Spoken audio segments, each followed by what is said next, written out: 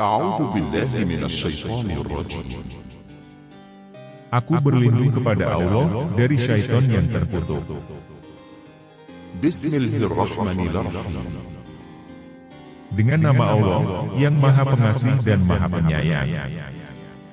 ألم ترى كيف فعل ربك بأصحاب الفيل Tidakkah engkau perhatikan bagaimana Tuhanmu telah bertindak terhadap pasukan bergajah?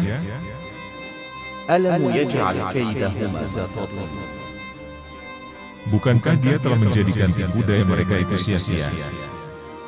وأرسل عليهم طيرا أبابيل Dan Dia mengirimkan kepada mereka burung yang berbondong-bondong ترميهم بحجارة من سجيل yang melempari mereka dengan batu dari tanah liat yang dibakar.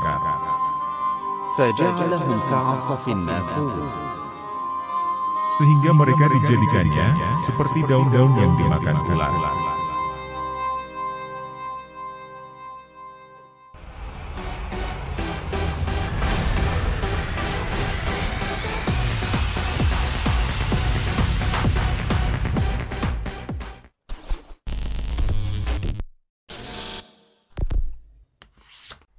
Assalamualaikum warahmatullahi wabarakatuh. Semoga keselamatan, rahmat dan keberkahan selalu menyertai kita semua. Sahabat Gema yang dimuliakan Allah.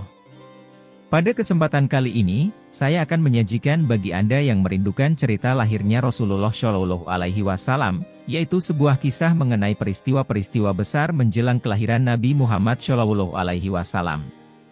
Dikutip dari beberapa sumber, bahwa Nabi Muhammad terlahir pada zaman perbudakan, di mana kondisi masyarakat Arab, pada saat itu masih sangat menyimpang dari ajaran Allah.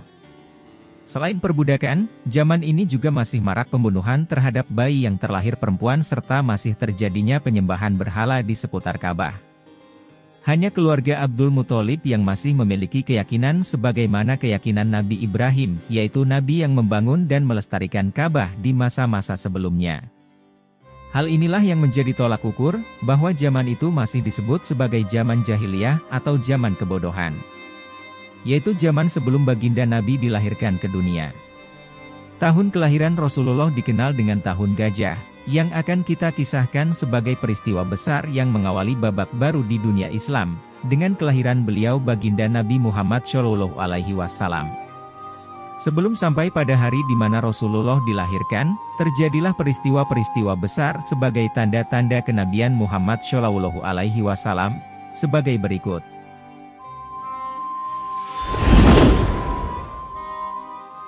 Runtuhnya kesombongan Raja Abraha.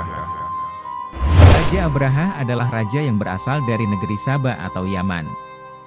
Sebelumnya ia disebutkan sebagai gubernur perwakilan Abisina di Habasyah, sekarang menjadi negara Ethiopia, dan merupakan seorang warga asli Afrika beragama Nasrani. Kemudian ia berhasil menaklukkan Yaman dan menjadi penguasa di sana. Nama lengkap Abraha sendiri adalah Abraha al-Ashram al-Habsi.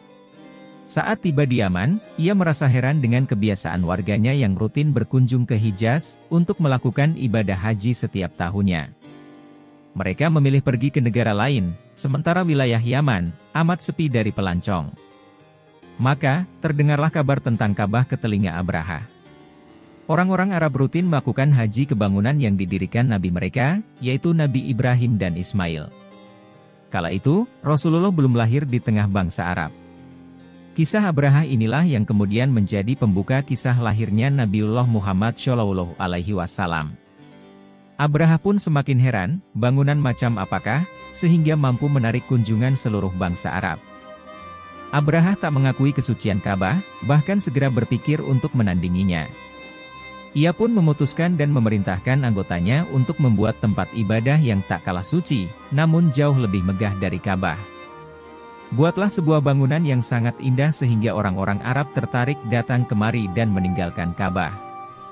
Titah Raja Abraha kepada pejabat istana.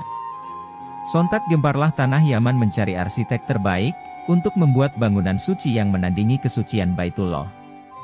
Dalam waktu singkat, jadilah bangunan gereja megah nan indah bernama Al-Qulais. Yang mana pintunya terbuat dari emas, lantainya terbuat dari perak, fondasinya terbuat dari kayu cendana. Siapapun yang melihatnya akan takjub dengan kemegahannya. Namun apa yang terjadi, bangsa Arab tak sedikit pun tertarik dengan bangunan gereja tersebut. Semegah apapun bangunan itu, tak ada yang mampu menandingi Ka'bah.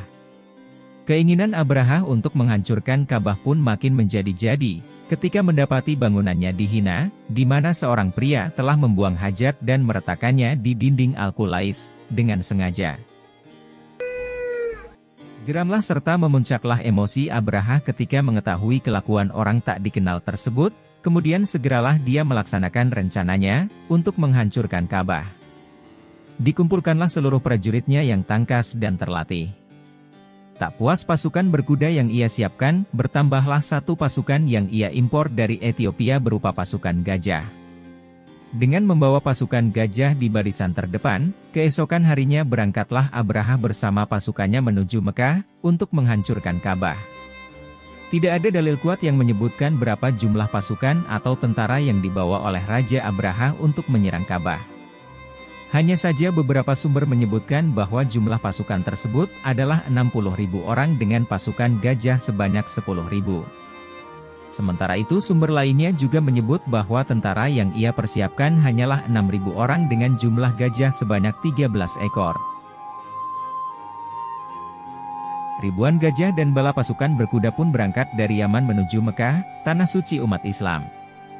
Abraha memimpin sendiri pasukan tersebut. Ia menunggangi gajah yang terbesar di antara pasukan gajah tersebut, yang bernama Mahmud. Tak lama, tibalah rombongan Abraha di dekat kota Mekah, tepatnya di kawasan Mugammas. Mereka berhenti sejenak dan mendirikan tenda-tenda sementara, sebelum masuk ke Mekah. Cukup lama pasukan Abraha beristirahat di Mugammas. Meski belum memasuki kota Mekah, mereka telah dapat merampas banyak harta benda kaum Quraisy, termasuk 200 ekor unta Abdul Muthalib kakek Nabi, serta menawan sebagian pembesar Arab pada saat itu. Mendengar kabar tentara Abraha datang menuju Ka'bah, spontan membuat penduduk yang tinggal di sekitar Ka'bah panik, dan berniat mengungsikan diri ke tempat yang aman. Mereka berpikir, inilah hari akhir bagi kota Makkah. Aminah yang pada saat itu sedang hamil tua, atau mengandung bayi Nabi Muhammad, mengelus kandungan dan berbicara kepada bayi di kandungannya. Beliau meyakini bahwa putranya akan menjadi manusia yang agung, serta menjadi panutan bagi seluruh umat. Tak bergeming dari tempat duduknya, beliau memutuskan diri tetap tinggal, dan berserah diri kepada Allah. Sementara Abu Thalib memasuki Ka'bah, menghadap Abdul Muthalib ayahandanya. Kemudian mengabarkan, bahwa kondisi penduduk sedang mengalami kebingungan, dan kepanikan untuk mengungsi ke tempat lain yang mereka anggap aman dari pasukan Abraha. Abdul Muthalib yang mendengar kabar dari putranya tersebut, menanyakan kabar dan posisi Aminah menantu beliau, yang sedang hamil tua. Setelah mengetahui bahwa menantunya aman dan tenang, kakek Nabi Muhammad tersebut, segera memerintahkan Abu Thalib paman Nabi, untuk menolong yang ingin meninggalkan Ka'bah, membantu yang membutuhkan bantuan, serta mencarikan seorang Habasyah yang bisa menemani beliau, menemui Abraha di Mugammas. Tempat di mana Abraha mendirikan tenda sementara, sebelum masuk Mekah. Tak selang beberapa lama, berangkatlah Abdul Muthalib, Abu Thalib serta seorang Habasyah sebagai penerjemah bahasa menemui Abraha. Pada pertemuan tersebut, Abraha berkata bahwa, dalam penaklukannya terhadap banyak daerah, tidak seperti penaklukan yang terjadi pada hari ini. Abraha meminta kepada Abdul Muthalib untuk meninggalkan sesembahannya, dan tunduk kepada Abraha. Dan jika menolak, maka dia akan menghancurkan rumah suci mereka atau Ka'bah, beserta rumah-rumah penduduk Mekah secara keseluruhan. Sedangkan Abdul Muthalib hanya mempunyai satu permohonan, agar Abraha dan seluruh pasukannya segera pergi meninggalkan Mekah, jika tidak, maka beliau tidak bisa memberikan apa-apa. Abraha pun menimpali kata Abdul Muthalib, bahwa dia tidak akan pergi bersama pasukannya, sebelum menghancurkan Ka'bah dan kota yang indah ini. Kemudian Abdul Muthalib menjawab, bahwa dirinya hanya seorang gembala unta, mengenai Ka'bah adalah milik Allah, dan beliau serahkan sepenuhnya kepada Tuhannya. Abraha menimpali pembicaraan Abdul Muthalib bahwa, dia adalah seorang raja, semua harus tunduk pada kekuasaannya. Dia berkata bahwa, hanya dengan sebuah tembok kamarnya saja dia mampu membeli Mekah beserta isinya. Inti dari pertemuan mereka pada saat itu, tak menghasilkan kesepakatan apapun. Selanjutnya pembicaraan ditutup dengan kata-kata Abraha, agar pembesar Ka'bah segera bersiap, sebab dia tetap akan menghancurkan Ka'bah dan kota Mekah. Dengan rasa keputusasaan yang mendalam, karena tidak menghasilkan kesepakatan yang beliau inginkan, kakek Nabi Muhammad tersebut kembali ke Baitullah. Sesampainya di wilayah Ka'bah, beliau mengelilingi rumah Allah tersebut, hingga berhenti dengan lesu di pintu Ka'bah.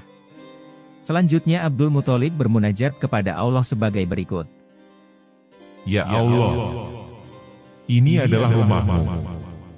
Kami adalah pelayan-Mu, dan hanya berlindung kepadamu. Larut serta tenggelam dalam suasana berserah diri kepada Allah, terdengarlah dari kejauhan, gemuruhnya suara rombongan burung yang sangat banyak jumlahnya. Rombongan burung tersebut berbondong-bondong menuju ke arah Ka'bah. Allah yang maha mendengar lagi maha mengetahui. Dialah Allah yang telah menyiapkan pasukan berupa burung yang sangat besar jumlahnya, untuk menghancurkan pasukan Gajah Abraha. Rombongan burung tersebut, datang dari segala penjuru, kemudian terbang memutari Ka'bah, layaknya manusia saat beribadah di Baitullah. Hingga di waktu selanjutnya, berterbangan menuju pasukan Gajah Abraha yang sudah siap mendekati Ka'bah. Sementara itu, pasukan Abraha pun mulai bergegas masuk ke tanah Mekah. Hentakan kaki gajah, dan gemuruhnya pasukan kuda tersebut, telah membuat bulu kuduk warga Mekah merinding. Abraha pun memerintahkan untuk maju dan menyerang, akan tetapi lagi-lagi, Allah Tuhan yang maha bijaksana menjadikan gajah tiada mau masuk ke Mekah. Mereka tidak mau maju, bahkan malah mundur. Gajah-gajah enggan melangkahkan kaki. Mereka hanya terdiam dan enggan untuk menyerang. Meski telah dicambuk sang majikan, gajah-gajah itu berbalik arah dan enggan menuju Ka'bah. Gajah-gajah itu justru hanya berputar-putar di lembah Muhasir, yaitu suatu lembah di dekat Ka'bah. Abraha yang semakin geram dengan kejadian ini, terus memerintahkan pasukannya untuk mencambuk gajah-gajah itu agar menurut. Namun pasukannya, telah kehabisan akal, dan kelelahan menangani gajah-gajah yang menurut mereka, adalah gajah yang telah terlatih. Hingga kemudian, sampailah rombongan burung dari angkasa, dengan jumlah yang teramat banyak. Hal yang mengerikan adalah, ketika setiap ekor burung membawa 3 buah batu panas, 2 di cengkraman dan 1 di paruh. Beberapa pendapat mengatakan, bahwa batu yang dibawa burung ababil adalah batu panas dari neraka. Pendapat ini merujuk pada kata sijil, yang artinya kerikil neraka. Burung yang memang telah dipersiapkan Allah, untuk menghancurkan pasukan dan kesombongan Abraha tersebut, melemparkan batu membara yang dibawanya, ke arah Abraha dan pasukannya. Setiap anggota badan yang terkena batu tersebut, ia langsung terputus. Menyaksikan kejadian ini, panik dan bubarlah seluruh pasukan Abraha. Mereka berlarian mencari tempat berlindung. Namun tak ada yang selamat, bahkan mereka binasa sebelum menyentuh sedikit pun senjata, dan jari jemari ke Baitullah. Dan selamatlah Ka'bah. Sumber lain mengatakan bahwa, dengan sisa-sisa tentara yang ada, Abraha kembali pulang ke negerinya dengan menanggung rasa malu dan kejengkelan hati. Akan tetapi sampai di kota Sanaa, atau di ibu kota Yaman, Abraha disebutkan meninggal dunia. Peristiwa pasukan bergajah inilah, adalah awal atau babak baru yang akan terjadi di dunia Islam, yang mana di tahun gajah ini, Allah mengirimkan Nabi terakhir, yang akan menjadi penghubung antara manusia dengan Tuhannya.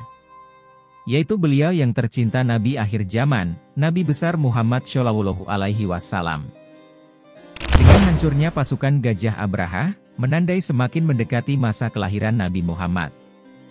Lahirnya baginda Nabi Muhammad Shallallahu Alaihi Wasallam memiliki ragam pendapat.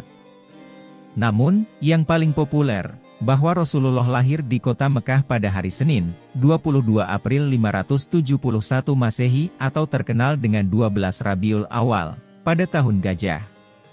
Pada peristiwa penyerangan Ka'bah oleh pasukan Gajah Abraha, usia bayi di kandungan Sayyidah Aminah, telah mendekati kelahirannya.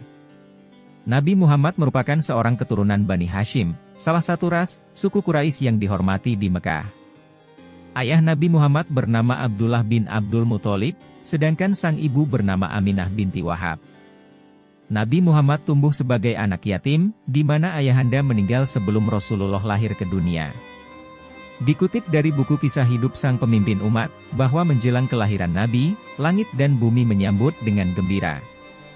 Kelahiran Rasulullah ke dunia ditandai dengan sejumlah peristiwa besar. Berikut 5 peristiwa luar biasa menjelang kelahiran Nabi Muhammad. Peristiwa pertama adalah hancurnya pasukan gajah pimpinan Raja Abraha yang akan menyerang Ka'bah yang luluh lantak sebelum mencapai bangunan suci itu. Atas izin Allah, ribuan burung ababil dari surga datang menyerang, dan melempari pasukan Abraha dengan batu membara dari neraka. Peristiwa itu kemudian diabadikan Al-Quran dalam surat Al-Fil, atau pasukan gajah. Peristiwa kedua adalah, langit cerah dan bercahaya. Cuaca pada sepertiga malam di subuh hari, ketika Rasulullah akan dilahirkan oleh ibunda, keadaan di Mekah dan sekelilingnya terasa terang, begitu damai dan menenangkan jiwa. Keadaan alam yang seperti itu, tidak pernah dirasakan penduduk Mekah sebelumnya. Di malam itu, seluruh alam raya bergembira dan bersholawat, dengan bahasa dan cara yang berbeda-beda. Peristiwa ketiga adalah, api sesembahan kaum Majusi padam. Api yang menjadi sesembahan kaum Majusi di Persia, mendadak padam, setelah selama ribuan tahun tak pernah padam. Peristiwa selanjutnya adalah tiang-tiang istana Raja Kisro di Romawi roboh, dan berhala di pelataran Ka'bah roboh, serta sebagian mengalami keretakan. Sumber lain menyebutkan ada peristiwa bergejolak dan meluapnya air di sumur Zam-Zam. Kemudian runtuhnya beberapa gereja di sekitar Buhairah, setelah ambles ke tanah. Di malam detik-detik menjelang kelahiran Nabi Muhammad, tepat tanggal 12 Rabiul Awal, di sepertiga malam, Abdul Muthalib kakek Nabi Muhammad, sedang bermunajat kepada Allah Subhanahu wa Ta'ala di sekitar Ka'bah. Beliau menyaksikan secara langsung peristiwa alam yang terjadi pada saat itu. Melihat sinar terang dari kediaman Sayyidah Aminah, sang kakek berlari mendekat dan menyaksikan bahwa telah lahirnya cucu tercinta, manusia agung panutan umat, Nabiullah Muhammad Shallallahu Alaihi Wasallam. Pecahlah tangis bahagia sang kakek, menyambut kedatangan cucu tercinta ke dunia. Nah, demikian kisah kelahiran Nabi Muhammad yang bisa saya bagikan pada kesempatan kali ini. Saya menyadari bahwa dalam penyajian saya kali ini, banyak kesalahan dan kekurangan dalam berbagai hal. Untuk itu dengan kerendahan hati, mohon maaf yang sebesar-besarnya. Selanjutnya mohon pamit undur diri, sampai jumpa di video-video saya yang akan datang. Wassalamualaikum warahmatullahi wabarakatuh.